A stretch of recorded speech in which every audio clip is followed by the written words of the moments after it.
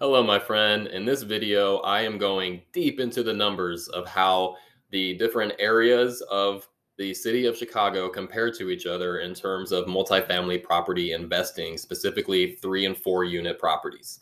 My team and I have compiled over the course of the last several weeks a just huge database of different data comprising some 6,000 different data points, comparing all the 77 different neighborhoods in Chicago to each other in terms of all kinds of things from prices, rents of different, bedroom counts and cap rates for investment properties, prices. I think I already said that. I mean, the list goes on and on of it's actually probably a little bit excessive. We probably didn't actually need to go as hard on the data collection as we did, but we have it and I'm excited to share it with you. In this video, I am breaking things down in terms of kind of a 10,000 foot overview of the city here in terms of the 3 and 4 unit properties. So I'm going breaking these down in terms of north side, northwest, west, southwest, south, and far south sides. The south side was just a little too big to do itself. Like the south side is massive, as anybody in Chicago knows. So like half of the 77 neighborhoods are just the south side alone. So yeah, that's how we are doing it. And so this is sort of a meta analysis. There's going to be other videos where I break things down in terms of just the neighborhoods in each of those sides, but this is sort of the averages of the averages, if you will. And that's how all of the data in here is actually formatted. So it's all so like I'll take the average of each, the average of all three unit properties sold in a certain area, and that's how I get that number. The average of two bedroom apartments sold or rented out in a certain area, and that's that number. So these are all based on averages.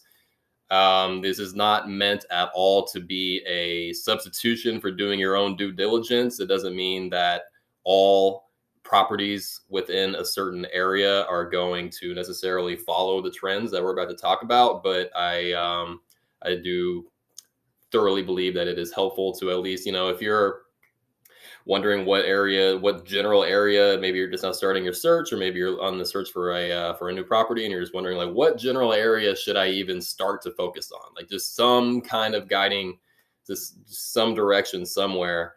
I think this will really help. And even if that's not your case, then it's still good to see what's going on in other areas. So without further ado, let's get into it. Yeah. So the first one we're going to get into is just talking about how much do these things cost.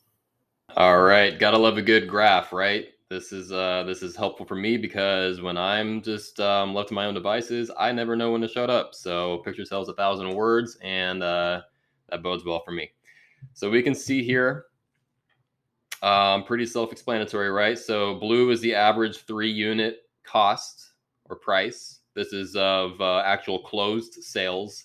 And this is also as of midway through 2021, going back over the year prior. So midway through 2020 through midway through 2021. It's safe to say as of watching this, the market has probably shifted a little bit, but this is probably more or less still fairly accurate. And that goes for all the graphs we're about to get into. So blue is average 3 unit, red is average 4 unit properties. And as you might expect, the average 4 unit property is a little bit more, except for, down here on the south side. West side is pretty even. The southwest side, there just weren't enough 4 unit properties to even have data on. So we didn't really bother even trying with. There were like three 4 unit buildings sold in the whole southwest side in the last year, so didn't get into it. But you would kind of expect, at least I don't know about you, but I would expect 4 unit properties to be way more than 3 unit properties, since you're bringing on a whole added stream of income. But you don't really see that very much here. I mean, the difference, south, for some reason in the south side, 3 units are actually a bit more on average, and then the difference here, the difference I think is pretty negligible for considering the fact that you're adding a whole nother income stream there. So that's a trend that will continue and will show itself to be beneficial when we get into some other numbers. But anyway, that this is what we're looking at. Far south side in general, you're looking around, between 250 and 300,000 on average, whether you're looking at a 3 or 4 unit.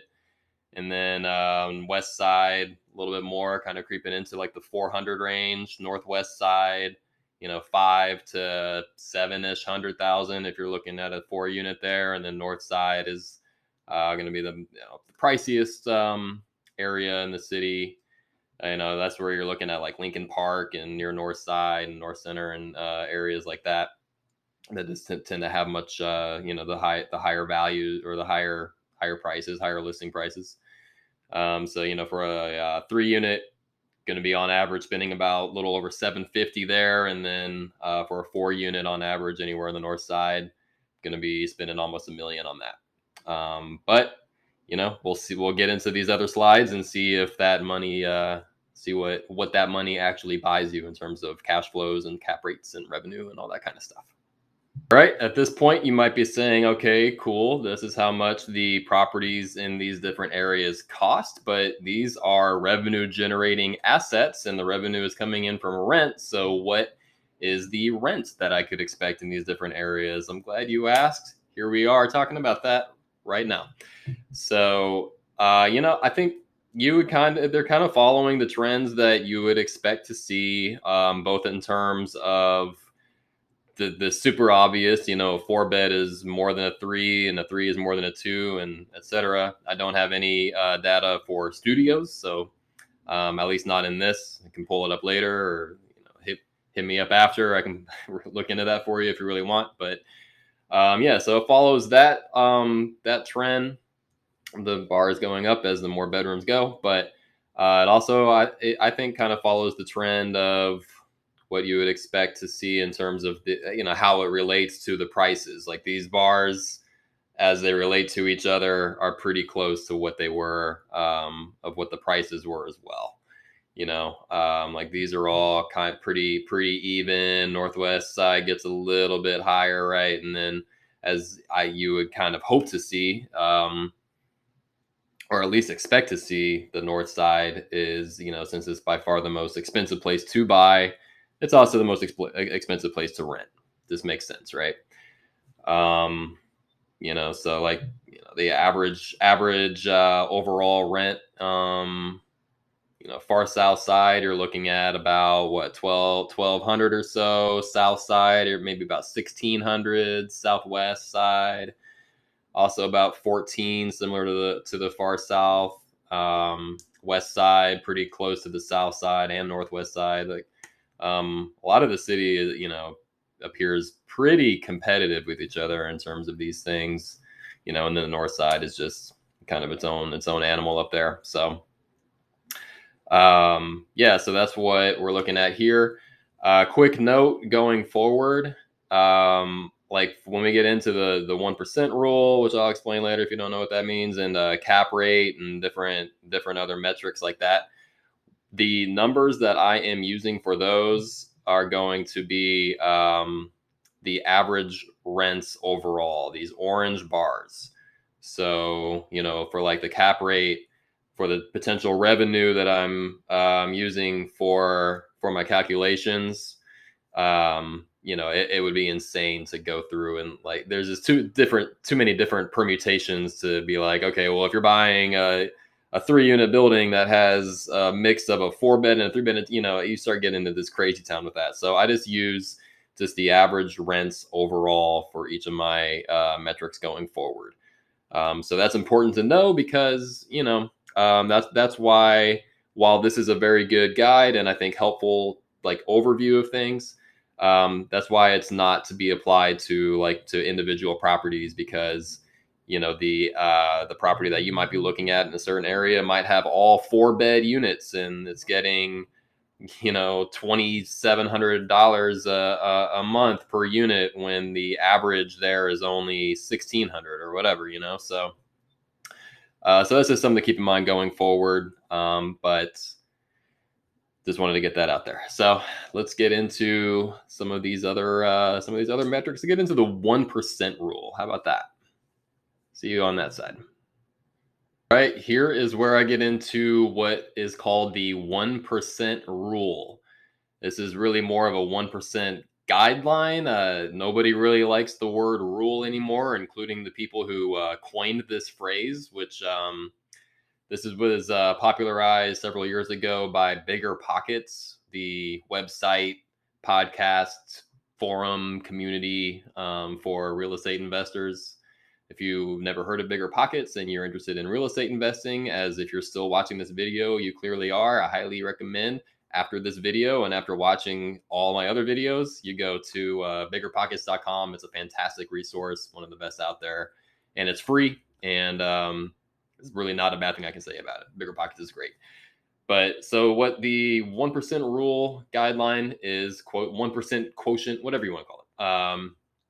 It's pretty easy. All it is the rent, the monthly rent that the building is bringing in divided by the cost of the building. That's all it is. So that's, so if the building costs $100,000 and it's bringing in $1,000 of rent per month, that's 1% right there. So that's the 1% rule. It was called the 1% rule. Back in the day, I think they kind of saw like 1% as the barometer for like if the closer it gets to 1%, like 1% was kind of seen as like this line between whether it was a good investment or bad investment. That's obviously very reductive and really not very helpful. There's way more to it than that, a lot more variables to take into consideration, but it's still a helpful guide and a way to, as we're doing here, compare properties to each other, compare areas to each other, and that kind of thing.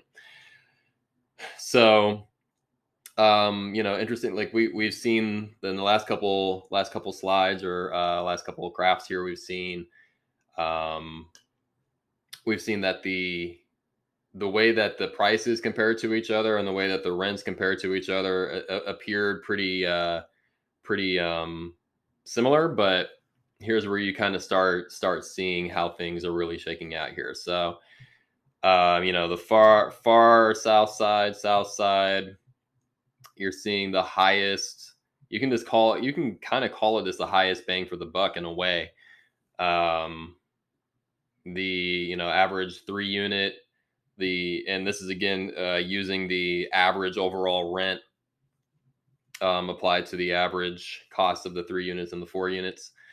The average 3-unit down there is well above the 1%, and then the 4-unit is even higher. And this is another, going back to what I was talking about with how, you would expect the 4-unit to be significantly more than the 3-unit. This is where that starts to really play to your advantage, because that extra revenue that the 4th unit is bringing on is more than making up for whatever the extra amount that you were paying for the property for that extra unit was. Hopefully that made sense.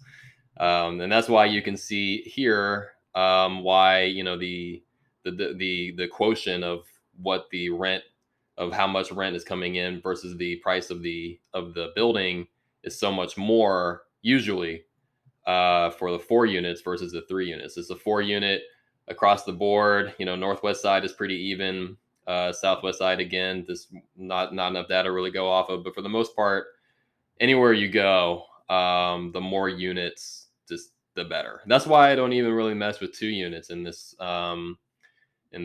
scenario. I mean, a 2-unit is decent if you're doing like an owner occupant situation or something like that.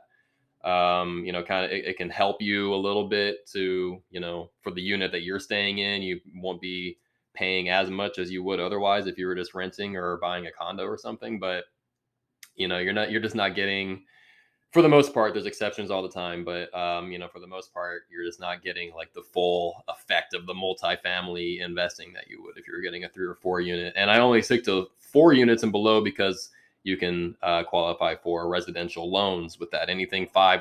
I probably should have talked about this way earlier, but if you're still with me here, here's a little bonus tip: 2 through 4 unit properties can qualify for residential loans, FHA loans, conventional loans, VA loans, anything above 5 units and above.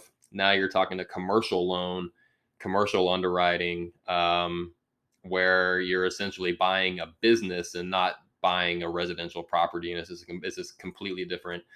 Not saying one's better than the other, but I am saying one is typically, well, not even easier, but one is more, I think, more accessible to more people, and that would be the 2 to 4 unit space. So anyway, ADD bringing it back. Okay, here we are. Yeah, so you can see, like how much higher the cost was of a building in the on the north side. Actually doesn't quite make up for or how much more the rent is on the north side doesn't quite make up for how much more it is to buy there. So that's why you see on this 1% rule why the north side is actually the lowest, um, bang for your buck, and and if I can put it in those terms, not necessarily all the way true, but that's, at least in this metric, that's kind of how it shakes out. Northwest side, similar. Yeah, so it's just the north side is just a very developed. People pretty much know what you're getting there. It's not, there's not as much like new development, new rehabs, new things like that going on. There's a little bit, but you still see the prices, and the south side, west side, things like that are still pretty relatively low compared to the rents that you're able to get in those areas. So for whatever reason, that whatever things that we don't really have time to get into on this in this video, but that's just how it shakes out. So that's the 1% rule. Hopefully I didn't confuse anybody any more than they needed to be, but this is how the different sides of town compare on this one. Now let's get into cap rate, something that more of you are probably already at least somewhat familiar with. All right, cap rates. Cap rate is arguably the most ubiquitous metric used in the real estate investing community. You'll often hear somebody, refer to a property as a 6 cap, a 10 cap, a 2 cap, but whatever. That's kind of the terminology that's thrown around a lot when referring to the quality of a property, or at least the ROI on it and that kind of thing. So if you don't know what cap rate actually is the net operating income divided by the market value of the property. So net operating income, meaning the income minus the expenses.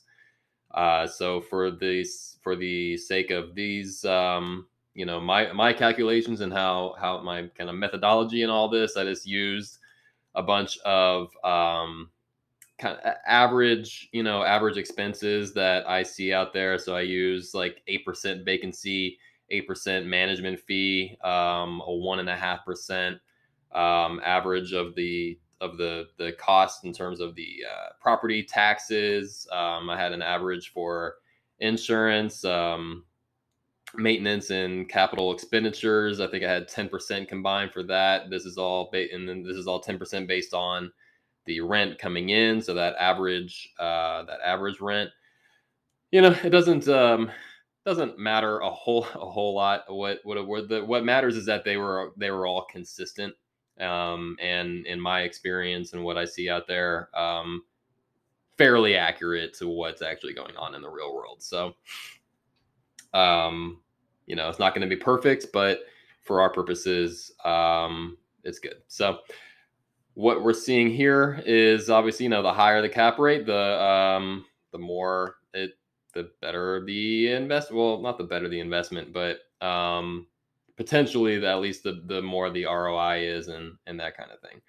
A lot of investors might tell you a super high cap rate doesn't necessarily mean that it is a good investment, because it might come with more deferred maintenance, or more, kind of more hidden things that make it not so great of an investment. Maybe it's not a super stable property or a stable area, whatever. Not saying it is or it isn't, or that these are, that these aren't, but cap rate isn't everything, but it is an important metric to keep in touch with.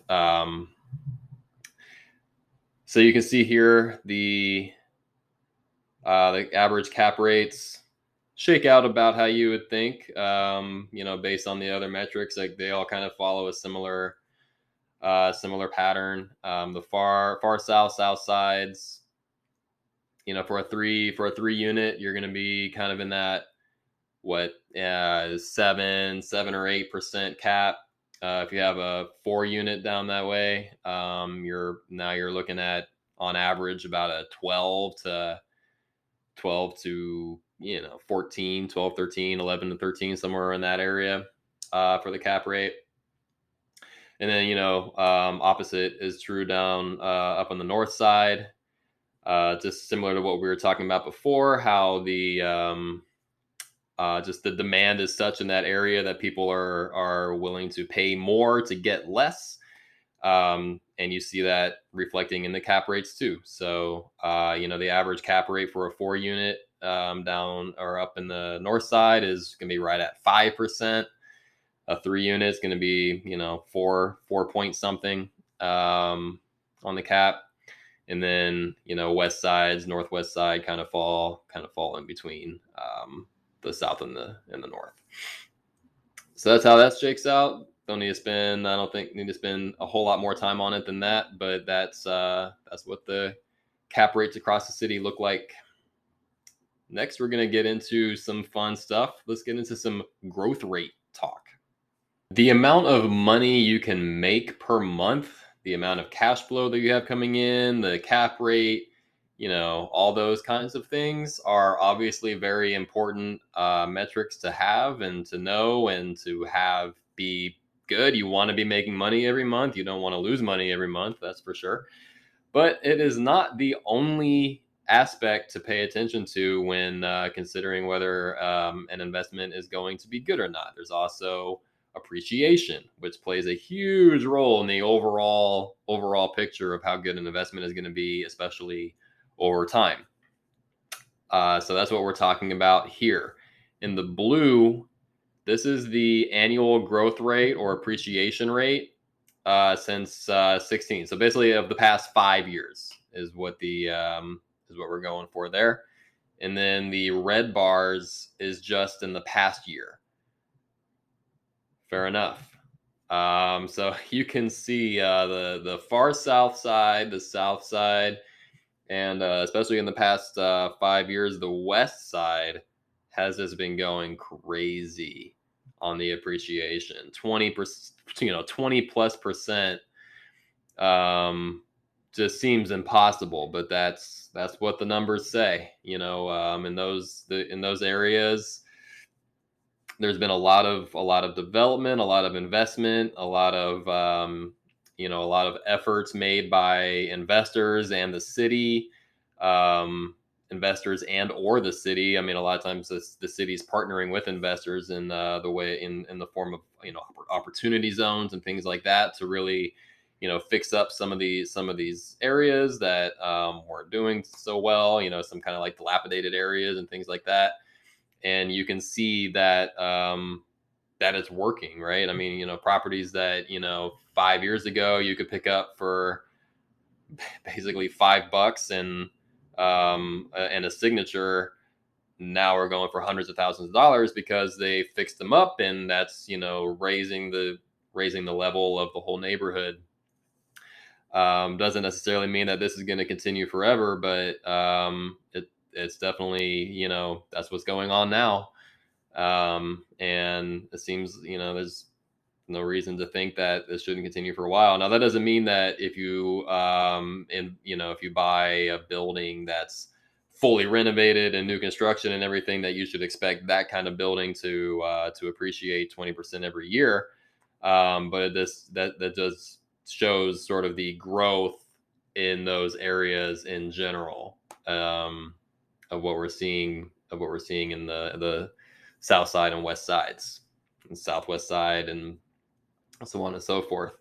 And then, the northwest side and the south side, they just kind of consistently truck along at the 1 to 5% appreciation, which is nothing wrong with that. It's at least keeping up / beating inflation.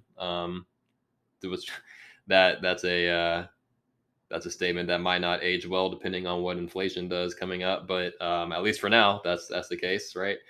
They're consistent, they're stable areas. People know what they're getting there. That's this is kind of is what it is with the north side. It's a very consistent. It's a lower appreciation, but it's consistent. Even through the pandemic, things were pretty consistent there. They were consistent, pretty consistent everywhere except for the downtown areas. That's a whole other story. But yeah. So this is the kind of what it's shaken out to look like for the past year and the past 5 years. Take this information for what you will. Just know that that's what's going on. When we get into later videos, and when I start breaking down like individual neighborhoods within these sides of town, you can see kind of more on a more granular level yet, what neighborhoods are actually the ones that are driving this kind of growth, and which ones maybe are not driving this growth at all, things like that. So that's it for this. All right, that's all I have for this. I hope you learned something. I hope you got something out of this. If this is our first time meeting, probably should have said this way back in the beginning, but my name is Jake Lyons. I am a real estate agent here in the Chicago area with Berkshire Hathaway, owner of the ChicagoHomeSource.com. I love working in the multifamily space. I am a former Series 7 licensed financial advisor and got into real estate when I saw just the power of real estate investing, and wanted to get into that myself and help others do as well. So there should be some links to some other resources in this multi-unit space. I've already alluded to it a little bit, but I have videos and resources to each of these sides of town, and then getting into the different neighborhoods, and being able to compare the different neighborhoods and how they all relate to each other as well. I also, really proud of this, have a daily newsletter that goes out each day, as it were, that focuses we analyze by hand each 3 and 4 unit property that comes out in the whole city of Chicago each day, in terms of its price, potential cap rates, even a cash on cash return based on certain things that I let you know what they are. 1% rule, all that kind of stuff, whether the potential rents, estimated rents. I mean, we go pretty deep into this for every single property that comes out, at least every property above 300,000, because anything below that is probably a fixer upper, and we don't get into estimating, rehab costs or anything like that, at least for the sake of this. And anyway, that's a really good resource, and there should be links to that somewhere in the vicinity. And if you liked this, if you got something out of it, please follow those resources, and please like this, subscribe, share it with a friend, do the thing that indicates that you liked it. And I look forward to sharing more with you later. Thank you.